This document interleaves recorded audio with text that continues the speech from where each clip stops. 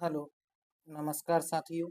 एक बार फिर आप लोगों का स्वागत है मेरे इस यूट्यूब चैनल में। आज के इस वीडियो में हम लोग देखेंगे बीपीएससी टीआरई 4 से संबंधित जीके और जीएस के कुछ महत्वपूर्ण प्रश्नों को। तो आज का पहला प्रश्न है साथियों, यहाँ आपसे पूछा है कि गंगा नदी की सबसे लंबी सहायक नदी कौन सी है?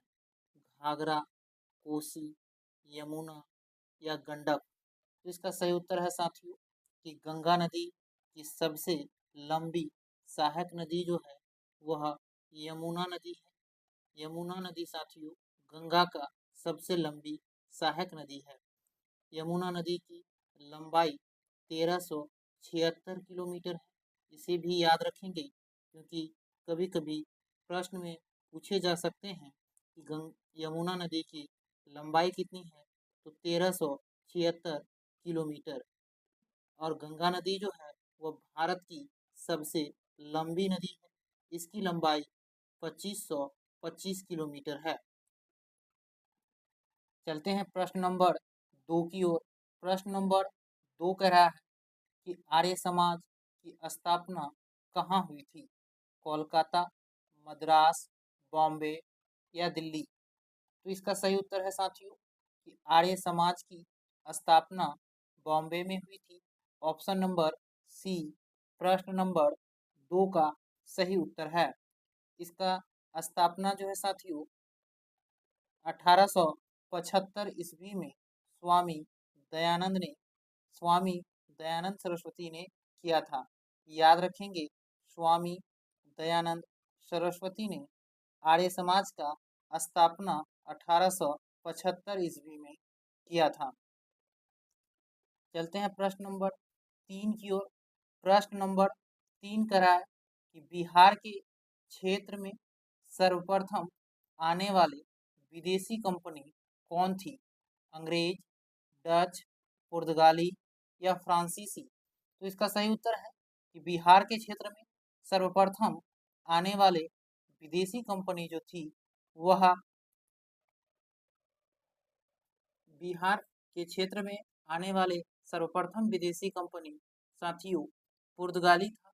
ऑप्शन नंबर सी प्रश्न नंबर 3 का सही उत्तर है। साथियों पुर्तगाली जो था सबसे पहले बिहार आने वाले कंपनी थे। चलते हैं प्रश्न नंबर 4 की ओर। प्रश्न नंबर 4 कह रहा है कि डचों ने 1711 ईस्वी में किस मुगल सम्राट से बंगाल और बिहार में व्यापार की रियायतें प्राप्त की थी?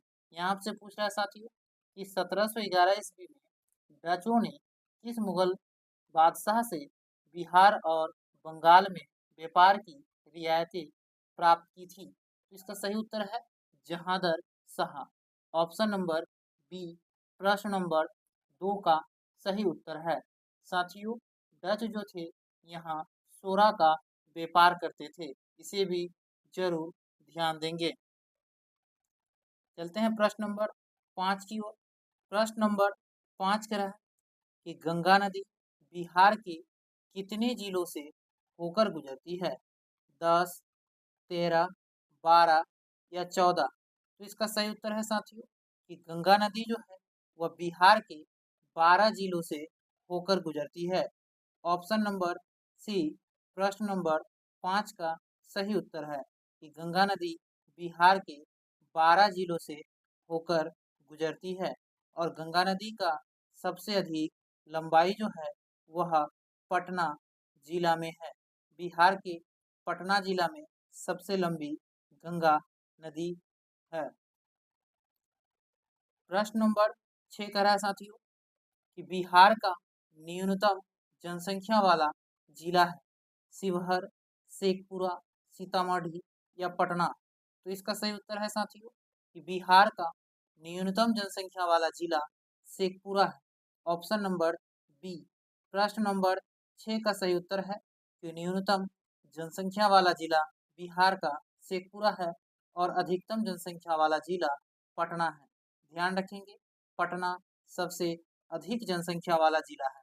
और साथियों, यदि आप लोगों से पूछा जाए कि सबसे अधिक साक्षरता दर वाला जिला कौन सा है, तो इसका सही उत्तर होगा रोहतास। ध्यान रखेंगे, रोहतास। और रोहतास में साथियों धान का भी उत्पादन सबसे अधिक होता है। यदि पूछ ले कि सबसे न्यूनतम महिला साक्षरता वाला राज्य जिला बिहार का कौन सा है, इसका सही उत्तर होगा पूर्णिया। इसे भी ध्यान में रखेंगे। चलते हैं प्रश्न नंबर 7 की ओर। प्रश्न नंबर 7 करा है, सुपरसोनिक जेट विमान पृथ्वी के वायुमंडल की निम्न में से किस परत में उड़ते हैं? मध्यमंडल, क्षोभ मंडल, समताप मंडल या इनमें से कोई नहीं। तो इसका सही उत्तर है साथियों कि सुपरसोनिक जेट विमान जो है वह समताप मंडल पर उड़ते हैं। ऑप्शन नंबर सी प्रश्न नंबर 7 का सही उत्तर है। अगला प्रश्न है, प्रश्न नंबर 8 कह रहा है कि निम्नलिखित में से किस विटामिन की कमी से घाव से अत्यधिक रक्त स्राव होता है? यहाँ आपसे पूछ रहा साथियों कि किस विटामिन की कमी से घाव से अत्यधिक रक्त स्राव होता है? इसका सही उत्तर होगा विटामिन के की। विटामिन के की कमी से साथियों अत्यधिक रक्त स्राव होता है। ऑप्शन नंबर सी प्रश्न नंबर 8 का सही उत्तर है। प्रश्न नंबर 9 कह रहा है कि दाद एक आम त्वचा संक्रमण है, यह किसके कारण होता है? तो इसका सही उत्तर होगा साथियों कि दाद जो होता है वह कवक के कारण होता है। ऑप्शन नंबर बी प्रश्न नंबर 9 का सही उत्तर है कि दाद जो है एक आम त्वचा संक्रमण है, यह कवक के द्वारा होता है।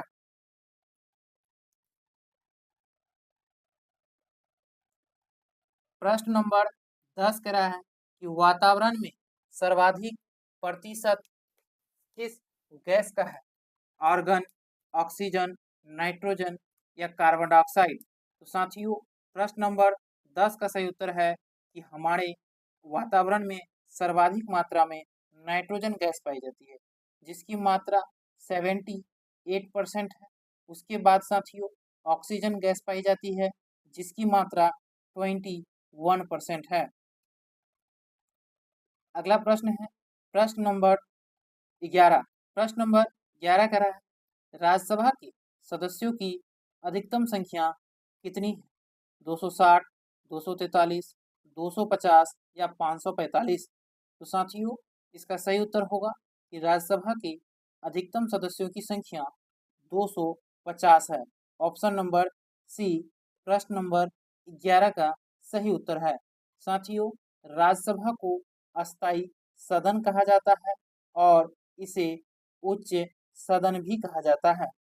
ध्यान रखेंगे कि राज्यसभा के सदस्यों की जो कार्यकाल होता है वो 6 वर्षों का होता है। राज्यसभा के सदस्यों का कार्यकाल 6 वर्षों का होता है। राज्यसभा के सदस्य बनने के लिए न्यूनतम उम्र 30 वर्ष होना चाहिए। ये भी याद रखेंगे कि राज्यसभा के सदस्य बनने के लिए न्यूनतम उम्र 30 वर्ष होना चाहिए। साथियों राज्यसभा के जो सभापति होते हैं वह भारत के उपराष्ट्रपति होते हैं, यानी भारत के उपराष्ट्रपति ही राज्यसभा के सभापति होते हैं। ध्यान रखेंगे साथियों। तो अगला प्रश्न है प्रश्न नंबर 12। प्रश्न नंबर 12 कह रहा है ललित कला अकादमी की स्थापना किस वर्ष हुई थी? 1959 में, 1961 में, 1954 में या 1965 में? तो इस प्रश्न का सही उत्तर है कि ललित कला अकादमी जो है साथियों इसका स्थापना वर्ष 1954 में हुआ था। ऑप्शन नंबर सी प्रश्न नंबर 12 का सही उत्तर है। प्रश्न नंबर 13 है कि काला हिरण किस श्रेणी के जीवों से संबंधित है?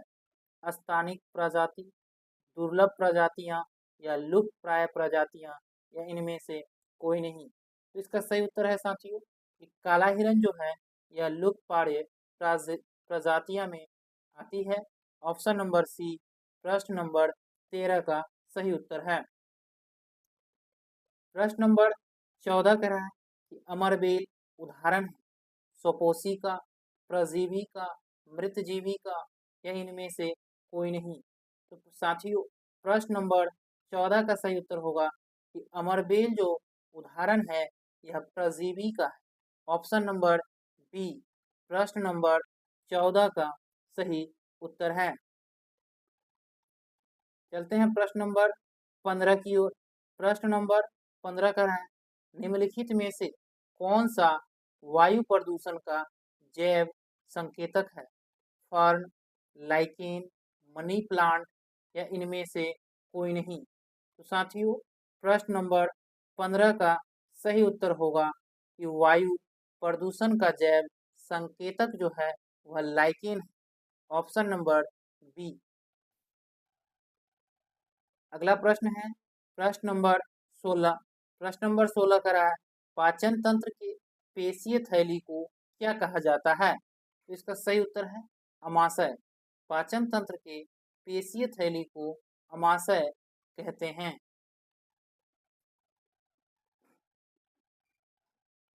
प्रश्न नंबर 17 का रहा साथियों सिद्धू और कान्हू किस विद्रोह से जुड़े हुए थे? तो इसका सही उत्तर है संथाल विद्रोह से। सिद्धू और कान्हू जो है साथियों वे संथाल विद्रोह से जुड़े हुए थे। संथाल विद्रोह 1855-56 में हुआ था। ध्यान रखेंगे 1855-56 में संथाल विद्रोह हुआ था।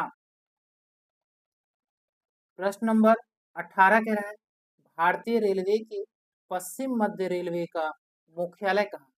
यहाँ से पूछ रहा है कि साथियों भारतीय रेलवे जो है उसके पश्चिम मध्य रेलवे का मुख्यालय कहाँ है? तो इसका सही उत्तर है जबलपुर में। ऑप्शन नंबर डी भारतीय रेलवे के पश्चिम मध्य रेलवे का मुख्यालय जबलपुर में स्थित है। प्रश्न नंबर 19 कह रहा साथियों कि बॉम्बे उच्च न्यायालय की स्थापना किस वर्ष हुई थी? 1862, 1861, 1864 या 1863। तो इसका सही उत्तर है साथियों कि बॉम्बे उच्च न्यायालय का स्थापना 1862 में हुआ था। 1862 में बॉम्बे उच्च न्यायालय का स्थापना हुआ था। प्रश्न नंबर 20 कह रहा है साथियों कि जीवाणु को मारने के लिए जल में कौन सी गैस प्रवाहित की जाती है? आयोडीन, क्लोरीन, ब्रोमीन या नाइट्रोजन। तो इसका सही उत्तर है साथियों कि जीवाणु को मारने के लिए जल में क्लोरीन गैस प्रवाहित की जाती है। ऑप्शन नंबर बी प्रश्न नंबर 20 का सही उत्तर है। अगला प्रश्न है प्रश्न नंबर 21। प्रश्न नंबर 21 करा है विषाणु के कारण निम्नलिखित में से कौन सी बीमारी होती है? हैजा, प्लेग, पोलियो या कालाजार। इसका सही उत्तर है साथियों कि विषाणु के कारण पोलियो नामक बीमारी होती है। Option number C. तो धन्यवाद साथियों, फिर मिलते हैं अगले वीडियो में। तब तक के लिए जय हिंद।